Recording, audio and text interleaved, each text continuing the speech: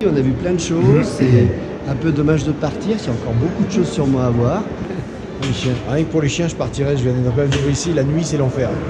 Ils doivent plus les entendre, mais toute la nuit, c'est aboyer, mais toute la vallée, il y avait le son qui montait, tous les chiens, toute la vallée, à gauche, à droite, en stéréo, en quadriphonie, syncophonie.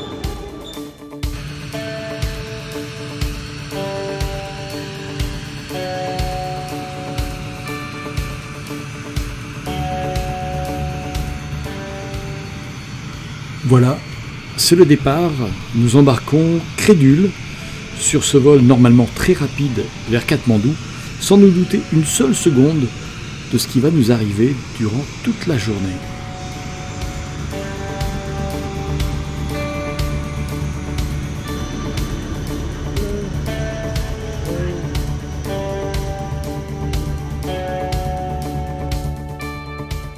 Décollage parfait. Entre les montagnes autour de Paro, le temps est au beau fixe et c'est très important pour la suite des événements. Au loin, nous apercevons la montagne la plus haute du Bhoutan, le Chomolari à 7326 mètres de hauteur. Et puis, tout doucement, les montagnes de l'Himalaya commencent à défiler sur la droite de l'appareil. Et grâce à ce temps parfait, nous avons donc une vue sur le massif du Kanchenjunga, suivie d'une vue parfaite sur le Makalu, et dans toute sa splendeur, le toit du monde, l'Everest, la petite pointe collée au Lhotse, plus de 8000 mètres aussi.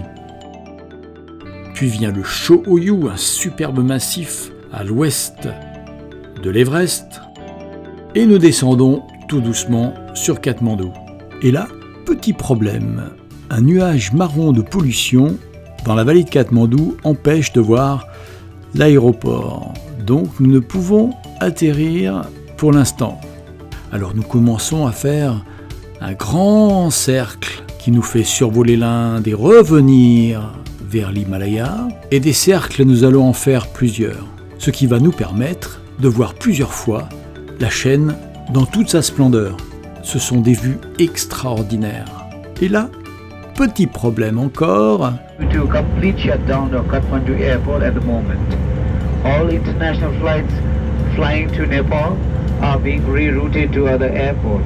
Nous allons prendre la direction de Delhi, ce qui va nous faire longer encore une fois l'Himalaya un petit peu plus à l'ouest. Et vient à notre droite le massif du Manaslu, le massif des Annapurna, le Dhaulagiri. Toutes ces montagnes dont j'ai cité les noms sont des montagnes de plus de 8000 mètres d'altitude. Il faut savoir que dans le monde, il n'y a que 14 montagnes de plus de 8000 mètres. Il y en a quelques-unes au Pakistan, mais la plupart sont situées dans cette région entre le Népal et la Chine. Et nous allons pouvoir en contempler 9 sur les 14. Et ce vol nous aura permis de voir toutes ces montagnes dont j'ai pu photographier les sommets. Je vous laisse admirer le paysage.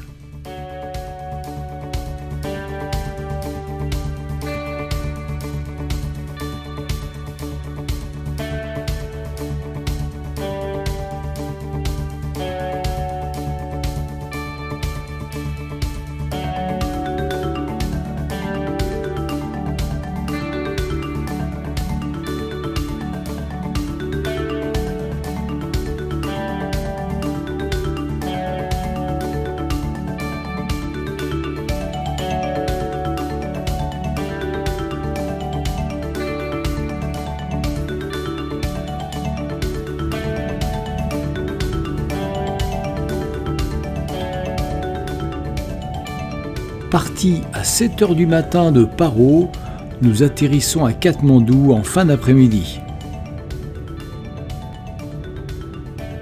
J'espère que vous avez apprécié ces vues formidables sur l'Himalaya.